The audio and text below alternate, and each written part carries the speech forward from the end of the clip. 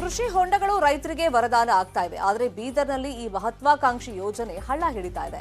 9,000ಕ್ಕೂ ಹೆಚ್ಚು ಕೃಷಿ ಹೊಂಡಗಳು ಉಪಯೋಗ ಆಗದೆ ಪಾಳು ಬಿದ್ದಿದೆ. ಸರ್ಕಾರಿ ಯೋಜನೆಗಳ ಅಸಲಿಯತ್ತಿದು. ಆರಂಭ ಮಾಡೋದು, ಅರ್ಧಕ್ಕೆ ಕೈ ಬಿಟ್ಟು ಬೆನ್ ಹಾಕಿ ಕುಳಿತು ಬಿಡೋದು. ಬೀದರ್ ಜಿಲ್ಲೆಯಲ್ಲಿ ತೆಗೆದ ಕೃಷಿ ಹೊಂಡಗಳ ಕಥೆ ಇದು.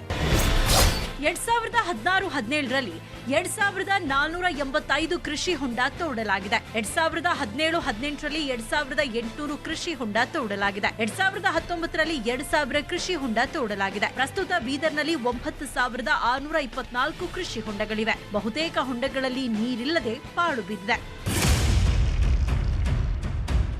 9,624 ಕೃಷಿ ಹೊಂಡಗಳನ್ನ ರೈತರ ಹೊಲದಲ್ಲಿ ಕೃಷಿ ಇಲಾಖೆಯ ವತಿಯಿಂದ ಕೃಷಿ ಭಾಗ್ಯ ಯೋಜನೆಯಡಿ ತೋಡಲಾಗಿದೆ. 90% ಸಬ್ಸಿಡಿಯಲ್ಲಿ ಕೃಷಿ ಹೊಂಡ ನಿರ್ಮಾಣ ಮಾಡಿಕೊಡಲಾಗಿದೆ. ಕೆಲವು ರೈತರು ಕೃಷಿ ಹೊಂಡಗಳನ್ನ ಚೆನ್ನಾಗಿಯೇ ಬಳಸಿಕೊಂಡಿದ್ದಾರೆ. ಒಂದು 15ರಿಂದ 20 ಸಾವಿರ ಮೀನುಗಳನ್ನು ಬಿಟ್ಟಿದ್ದೀನಿ. ಮೀನುಗಾರರೆಲ್ಲ ನಮ್ಮ ಹತ್ರ ಬಂದು ನಾವೇ ತಗೊಂಡು ಹೋಗ್ತೀವಿ ಸರ್, 200 ರೂಪಾಯಿ 1 kg ಕೊಡಿ ಅಂತ ಕೇಳ್ತಾ ಇದ್ದಾರೆ.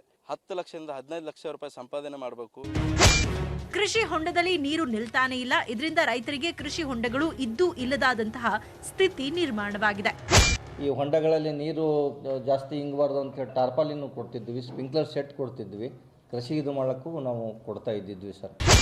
10 ಕೋಟಿ ರೂಪಾಯಿ ಸುರಿದು ರೈತರ ಹೊಲದಲ್ಲಿ ಕೃಷಿ ಹೊಂಡಗಳನ್ನ ನಿರ್ಮಾಣ ಮಾಡಲಾಗಿದೆ. ಆದ್ರೆ ಇದರ ಲಾಭ ಮಾತ್ರ ರೈತರಿಗೆ ಆಗದಿರೋದು ದುರ್ದೈವವೇ ಸರಿ. ಚಮನ್ ಹೊಸ್ಮನಿ, ನ್ಯೂಸ್ 18 ಬೀದರ್. ಮನೆಯಲ್ಲಿ ಹಣ ಖರ್ಚಾಗುತ್ತೆ ಅಂತ ಬ್ಯಾಂಕ್ನಲ್ಲಿ ಇಡ್ತೀವಿ. ಆದ್ರೆ ಬ್ಯಾಂಕ್ ಲಾಕರ್ನಲ್ಲಿ ಇಟ್ಟಿರೋ ಹಣ ಕಳುವಾಗೋದು, ಮಿಸ್ ಆಗೋದು ಸಹಜ.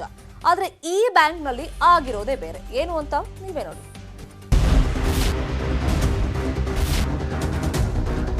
ಅಯ್ಯೋ ಭಗವಂತ, ಬ್ಯಾಂಕ್ ನಂಬಿ ಹಣ ಇಟ್ರೆ ಹಿಂಗ ಮಾಡೋದು. ಬ್ಯಾಂಕ್ನವರ ಬೇಜವಾಬ್ದಾರಿ ಹೀಗೂ ಇರುತ್ತೆ ಅನ್ನೋದನ್ನ ಊಹಿಸಿರೋದಕ್ಕೂ ಸಾಧ್ಯವಿಲ್ಲ. ರಾಜಸ್ಥಾನದ ಪಂಜಾಬ್ ನ್ಯಾಷನಲ್ ಬ್ಯಾಂಕ್ನಲ್ಲಿ ಘಟನೆ. ಸುನಿತಾ ಎಂಬುವವರ ಬ್ಯಾಂಕ್ ಲಾಕರ್ 265ರಲ್ಲಿ ಗೆದ್ದಲು. 2,15,000 ರೂಪಾಯಿ ಮೌಲ್ಯದ ನೋಟುಗಳು, ಆಸ್ತಿಪತ್ರ ನಾಶ. ಬಟ್ಟೆ ಚೀಲದಲ್ಲಿಟ್ಟಿದ್ದ ಅಷ್ಟೂ ಹಣವನ್ನ ತಿಂದ ಗೆದ್ದಲು ಹುಳ. ವರ್ಷಾನುಗಟ್ಟಲೆ ಲಾಕರ್ ಬಗ್ಗೆ ಗಮನ ಹರಿಸದ ಬ್ಯಾಂಕ್. ರಾಜಸ್ಥಾನದ ಉದಯಪುರ ನಗರದ ಕಲಾಜಿ ಗೋರಾಜಿ ಪ್ರದೇಶದ ಪಂಜಾಬ್ ನ್ಯಾಷನಲ್ ಬ್ಯಾಂಕ್ ಶಾಖೆಯಲ್ಲಿ ನಡೆದ ಘಟನೆ ಈಗ ದೊಡ್ಡ ಸುದ್ದಿಯಲ್ಲಿದೆ.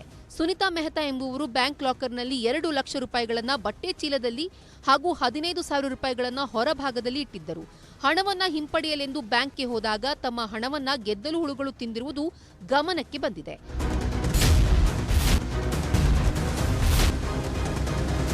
ಸುನಿತಾ ಅವರಿಗೆ ಬ್ಯಾಂಕ್ ಹಣವನ್ನ ವಾಪಸ್ ನೀಡಿದೆ. ಆದ್ರೆ ಉಳಿದವರ ಹಣ ಏನಾಗಿದೆಯೋ ದೇವರಿಗೆ ಗೊತ್ತು.